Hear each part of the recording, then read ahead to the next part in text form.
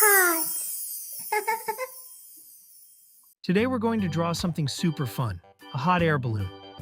First, let's start with the balloon. Are those birds? So cute.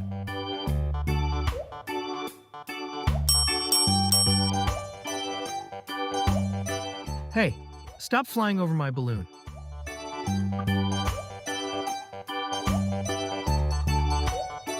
Now, let's draw the fluffy clouds, just like marshmallows floating in the sky.